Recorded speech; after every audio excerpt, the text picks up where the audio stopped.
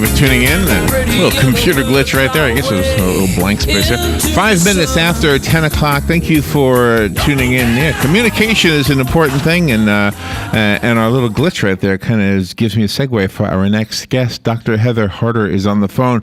She has a list of credentials that would impress anyone, and a subject that'll get everybody curious and sometimes even controversial, I suppose. She is a professor, a personal and business consultant. She's been featured on CNN, C-SPAN, MTV, NBC, CBS, you name it. And she's agreed to be on our show to talk about her book. It's called Interdimensional Communication. And if you don't know what that means, it has nothing to do with radio, I don't think. Unless there's a radio where you can speak to the dearly departed. The art and science of talking to ghosts, spirits, angels, and other dead people. Which is kind of interesting, right? I was reading this thing this morning, not connected with Dr. Harder, but it was about an experiment. I guess that Harry Houdini did. He left a code with his wife that said, look, if somebody says they're contacting me, they'll be lying to you unless they have this code. Yeah. Did you ever hear this story? I heard that, yeah. I guess it comes around every Halloween, right? Yeah. Anyway, so apparently somebody got the code, and then there was speculation, the wife was taking medicine, and you got her when she was in a dizzy spell or something. Yeah, right. I don't know. I've had dreams of people who've passed away that I loved and have woken up, feeling like I had been with them. Absolutely. But then you say, oh, it's a dream, but it felt so real, right? So I don't know. Everybody has stories like that, I think. Dr. Heather Harder, good morning, doctor. Good morning. Thank you for being on the air with us today. What happened is it was in a dream state, but it wasn't a dream. That's the easiest way for loved ones to come back and remind people they're okay and to move forward, especially if people have a hard time moving on. If they came to us when we were alive, we'd freak out and go crazy. But in dream states, you have much less resistance to that communication process. I guess so. That makes sense, actually, and I hope it's true. I mean, we want to believe it's true, don't we? Do you know, there's a lady in New York, she's called the Long Island Psychic, and I've been watching some of her videos, and Robin and I have done radio for a very long time, so we've spoken to many people who would say they can do this, and just to suspend disbelief for the sake of this interview, and for the listeners, not for Robin or for Dr. Harder, but just suspend it just for the sake of the interview. Otherwise, we're going to be arguing about it. The message that seems to be the most common message is, "I'm okay. Get on with life." Yeah, get on with your life. I'm okay. Yeah, and I wish we could be more conversation. Like, can you see the lottery numbers? Can I, can you tell me what they are? I would love to help with this a little bit. I mean, can we have conversations, or are there rules associated with communicating with with those who are? If the purpose of the conversation serves both parties, yes, you can have full conversations, and I have. However, when you're dead, it doesn't mean you have nothing to do and you just want to sit around talking to live people. It has to be a purpose on the mission of those who've passed on as well. Really? But yes, you can have full conversations. In fact, I don't do sessions like the Long Island Medium. I teach people how to communicate, so they have like an ongoing live consultant for them who happens to not have a physical body. But we get most of our really wonderful insights and evolutionary information from those who are in other dimensions, but we don't recognize it. And so I sort of see it as my journey is to help people recognize that there's just different states of existence, and with a little tuning, like your radio station, you can tune in to any frequency that serves you. But you have to be very careful, because just as there are radio stations that can help elevate your mind, there are those that can pollute it and make you in a much good point. Very good point. Yeah. And so just because you're dead doesn't mean you're wise or nice or really working in your best interest. So you have to still be aware that there are protocol to communicating with other dimensions. So does this throw the reincarnation theory out the window? Oh, no, not at all. Oh. I think that what happens when, in fact, I've got another book called Exploring Life's Last Frontier, The World of Death, Dying, and Letting Go. When you pass over into other dimensions, you have a variety of choices that you make as far as what you want to do next. one of which is to advise people from the other side. There are 1,000 different states of existence that some even involve physical bodies. There's also life on Earth. And if serving your developmental process means coming back to life on Earth, then you'll do that.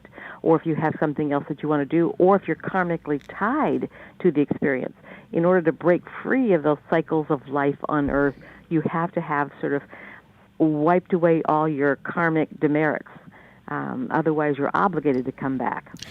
Okay, obligated to. I've often thought though that I'd love to come back if I was dead, except for the fact that then you're setting yourself up to die again, and you're setting yourself up to lose people again. And I've always imagined that on the other side, you're with everybody and nobody dies. On this side, you're with everybody and everybody dies. It's only because that's the mindset we have about death and dying. Really?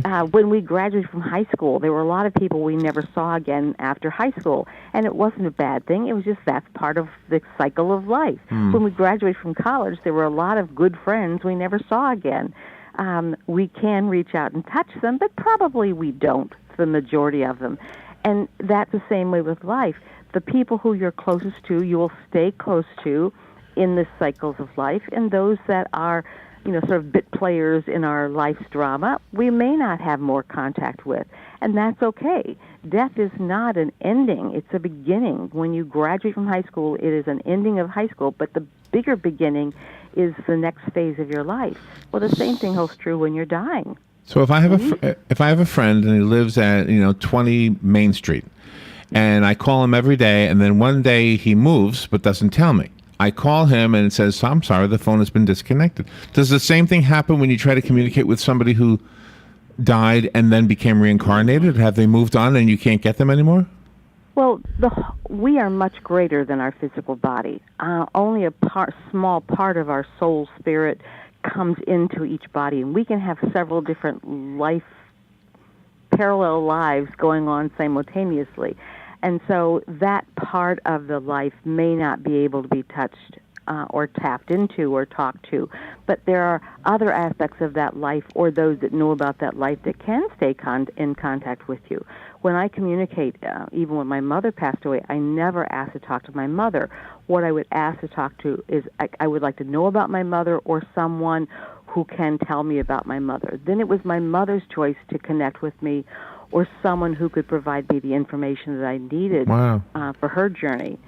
So do you do this regularly? You speak to people who've been deceased? And is that another thing? Are they always deceased, or are there some spirits out there that never lived? Well, they're life forms that we yet don't comprehend. It's hard to wrap your mind around, but there are many life forms that operate beyond the physical body. We talk about ETs and UFOs. We talk about, those who lived and now don't, as we understand in medical science. There are those who are sort of guardian angels, and we call them angels. They'd have other names for them, right. who are advisors to the planet and those that play an important role on the planet. Everybody will have anywhere from 3 to dozens of guardians and advisors in your life. It's that intuition we get. It's that feeling we get when we get a little bit off path. We all have those consultants who guide us through different phases of our life. We practice them the night before. So there are many, many life forms. Does your research make you nervous because you have to speak not just to the living, but to those that have passed on? No, it doesn't make me nervous. It made my mother very nervous. She was never quite sure of the whole process. In the beginning, as I talk about in the book, it was very much me and them, like a conversation that we're having. We're very separate. But the more you communicate, the more you sort of go into this mind meld, so that all thoughts are receptive at the same time. So I can feel a conversation without having to have roles in that conversation. I can get information downloaded, amazing information downloaded, without having to do any kind of talking style. Really? Yeah.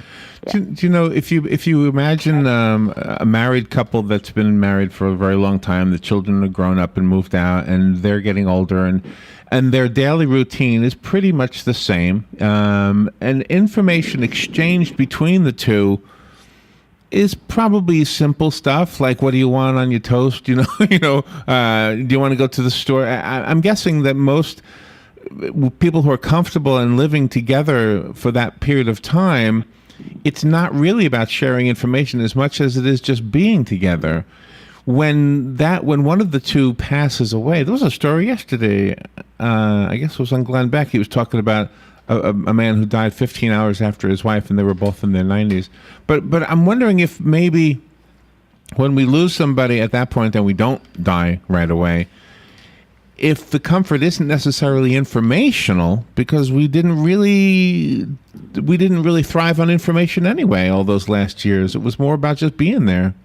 Well, and it's a perfect example of when couples are together a long time. The brain researchers now know that the thoughts that are in your head don't stay in your head. They transfer to others around you. And the more on the same, in the 60s we called it the same vibration. When we're on the same link, we can pick up those thoughts. We can, I'm sure you and Robin can know what the others are thinking or know the typical sentence you're going to say because you're on that same wavelength.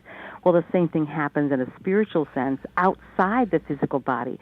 You get on the same wavelength and you can perceive what Spirit is guiding you for. You can feel the response.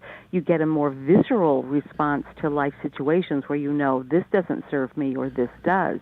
And then with intuition, you receive information, but when you do communication, you can ask questions and then get the information just like you would if you were talking to someone next door to you. And it is an evolutionary process, just like a relationship for that couple that have been married 70 years. Wow. You talk about the side effects, about your communication channel, about having that activated. Well, there are a lot of side effects, from physical all the way through spiritual. One of the biggest things, if you bend your head back and forth where the spinal column enters into the head, there is like a hinge there where you tilt your head back and forth. That is actually where the vibration goes into your head. And when you're opening yourself up to communication, that actually grows. And it gets, if you could feel me, you've got big knots there because that's the part that develops. When I'm doing workshops and teaching people how to communicate, they often feel it. Not all of them, but many of them feel it in that space. But what happens is just right below the occipital lobe that controls the eyes, and they will often get what I call an eye flutter. And you can tell when spirit is coming in because they get that eye flutter, which you cannot control. So there's a lot of physical things. Also, when you're going through this connection, this vibrational alignment, it literally causes your own vibration to change over time for the better. And that's assuming you're talking to sources of a higher consciousness. If you're talking to, lesser lights, what I lovingly call them, then you don't get that elevated situation. But with that elevation comes much more of your own awareness, much more of your own intuitiveness, much more of your own spiritual evolution as well. So there's lots of side effects. They say, and I use the word they probably incorrectly, but because I don't know who they are, but they say that when we die, we stand before God or St. Peter and we review our lives. And for better or worse, we feel the joy that we gave other people if we did. We feel the pain we gave other people if we did. Is any of that true, do you think? What do you think? When I wrote Exploring Life's Lesson Here, I talked about the stages of death, and that certainly is a stage, except it isn't God that reviews our life, or we stand with God to review our life, and we, get judged and determine whether we're going to be cast in hell and stuff. But we do go through a life review. We go through a life review of our own life, and in that I was shown these things. I was taken through them, so it's very hard to put into words. But you experience everything simultaneously, and not only that, but if you went home and you yelled at your wife and she was upset and she screamed at the child and the child then kicked the cat, you experience the consequences of those actions as far out as the ripple goes. and it all happens simultaneously. And that really is one of the steps that precedes then your decision of what do you want to do next. Oh, wow. So that just hearing that, you want to do good things all your life, don't you? Yeah. You don't want to do anything bad. Or take responsibility for the things that you have done that are less honorable. You can, the 12-step programs teach you to take responsibility and then make amends for them. If you do that in life, then you don't have to worry about your life review. But if you screwed up, then honoring your screw up, because you are human, we don't have to be perfect, and then make amends for your mistakes, and then when you go into your life review, you have taken that into consideration. The other thing you can do to prepare for that is stop being judgmental. Life is life, and you don't have to be perfect, and neither does anyone else. So the more you can give up judgment, the less judgmental you'll be about yourself when you go through your life review. It seems that this is your passion, and I feel that you didn't seek this out, but they sought you out to convey this message. Is that true? Well, I certainly think that's true at one level, but on the other level, I think that we all agree to play the part that we're going to play. This is an incredibly important time on Earth, and we are making changes that this planet hasn't seen in millenniums. And so I think that at one level I agreed to play this part, and another level it just sort of was thrust upon me when I wasn't looking. I was very happy being an academic and doing traditional classes, and when you add this dimension of life, it makes every class I teach just a little bit different. In the movie that just came out this weekend called Heaven is for Real, I think is what it's called, and Robin and I actually spoke to the father of the boy. I think the father wrote the book, right? Yeah. A few years ago when the book first came out, we spoke to him. But in the movie trailer, and I don't remember this in the interview, but the little boy says that when he died temporarily in the whatever medical situation caused that, he saw his father's grandfather. Yeah. And then he shows him the picture. He says, no, he wasn't old. And then the father goes and gets a younger picture of the man. He says, yeah, that's Pop. And then makes the statement, at least in the trailer, that nobody is old in heaven. Everybody is young in heaven. That would imply that we have a physical presence in heaven. What is with that? What do you think about that? Well, I think that's a movie, and I think it's a child's conception of it. When you leave your body, your thoughts manifest much faster. So if you think heaven is going to be, pearly gates and gold paths, then that's the image you're going to move into, because that's what you formulated in your mind. Thoughts manifest much more quickly when you're in an altered state without the body, when you're in pure consciousness. But I don't think that all of heaven is that way. I think that we are points of consciousness outside our body, and if we need or want to have a physical image of a form, we can have that. And sometimes to talk to someone, it would be really freaky if your grandmother came back to you as a ball of light and tried to talk to you. So coming back in an image that we can more easily receive is important. There are many, many experiences going on. In fact, all of the near-death experiences are really designed to teach us life continues on. It doesn't end. And when you've got the innocence of a child coming back and giving this very strong evidence, it's, again, another way the universe is preparing us to open up your consciousness, open up your mind, that the world is much bigger than what you can imagine, and we are much bigger than we can imagine. When Jesus said, don't you know that these things I do, you can do greater still? I mean, that's a real message that we are much more than our body. I've often wondered about that very line, yeah. And so that's what's happening with the UFOs, with the near-death experiences, with these various stories, and all the metaphysical-themed movies and television shows are all designed to do the same thing, is to wake us up. The Long Island medium was not born with a silver spoon or a special veil. She's just a person who's evolved her skills that we all have the capacity to do. And she says that, too, as a matter of fact. I know that a lot of people don't believe her, and I know Penn and Teller can do the same thing, and they tell you right up front, or what's the other magician? There's another magician. And they will say these are magic tricks, these are parlor tricks, anybody can do them, but I don't know. I mean, I think you can do them as a trick, but I also, I'll tell you real quickly, we work with publicists a lot. In your case, Doctor, we didn't. I was reading about you and was able to call you, so that was wonderful. But publicists often will call us and pitch a book, and one publicist was pitching a book called Postcards from Heaven. It was written by a movie producer who lost his father and felt like he was seeing things around him, not that he had psychic experiences, but more like bumper stickers that seemed to be talking to him, messages that were for him from his father. Anyway, so I had told her that I didn't mind doing that interview. She was a little worried that I'd be put off by the premise. I said, no, that's perfect. And in fact, the day earlier was my father's funeral. And she said, oh, you're kidding. And she hooks me up while I'm still on the phone with this conference call with a psychic that she's also working with. Yeah. And long story short, the psychic told me a bunch of stuff, and I happened to be in the recording studio at the time, so I hit the record button and could listen to it many times.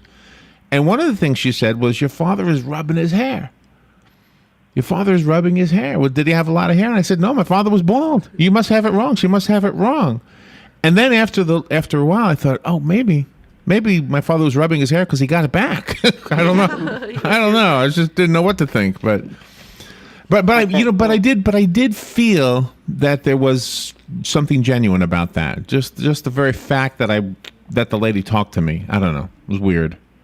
Well, and that was a message you needed at that time, and that's the way the universe works. If we're open to it, we will always have what we need when we need it, as we need it. And because you were going through your own personal challenging time, then the universe had that person call you at that time so you could get the message from your father and what you needed for comfort.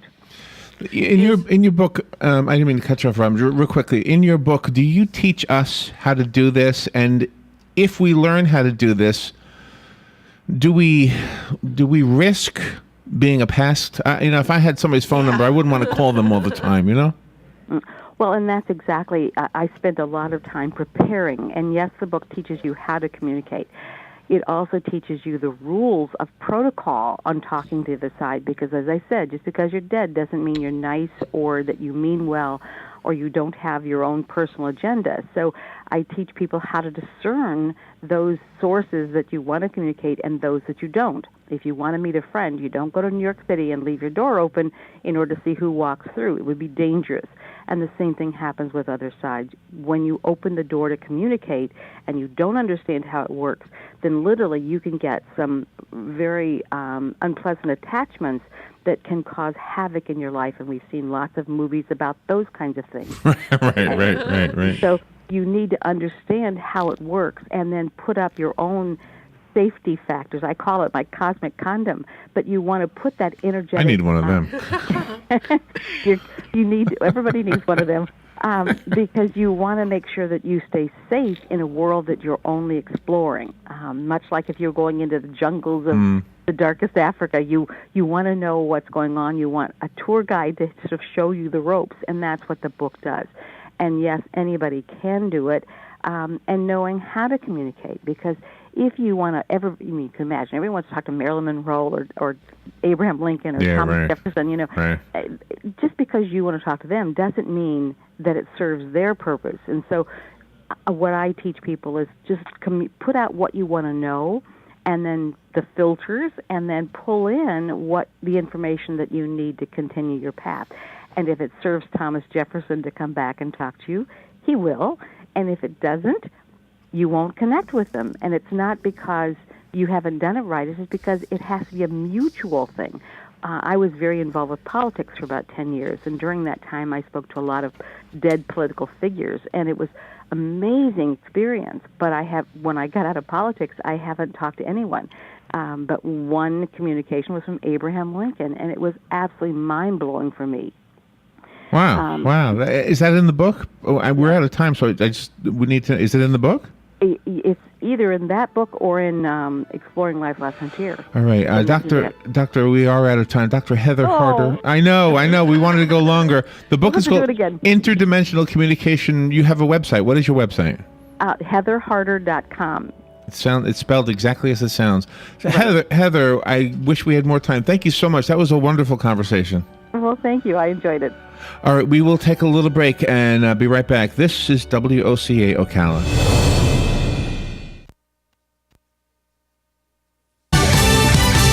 Fox Fox News Radio, I'm Lillian Wu. Vice President Joe Biden in Kiev promising $50 million more in aid while firing off a message on the crisis in Ukraine. Standing alongside Ukraine's Prime Minister, Vice President Biden's message was directed at the Kremlin. We call on Russia to stop supporting men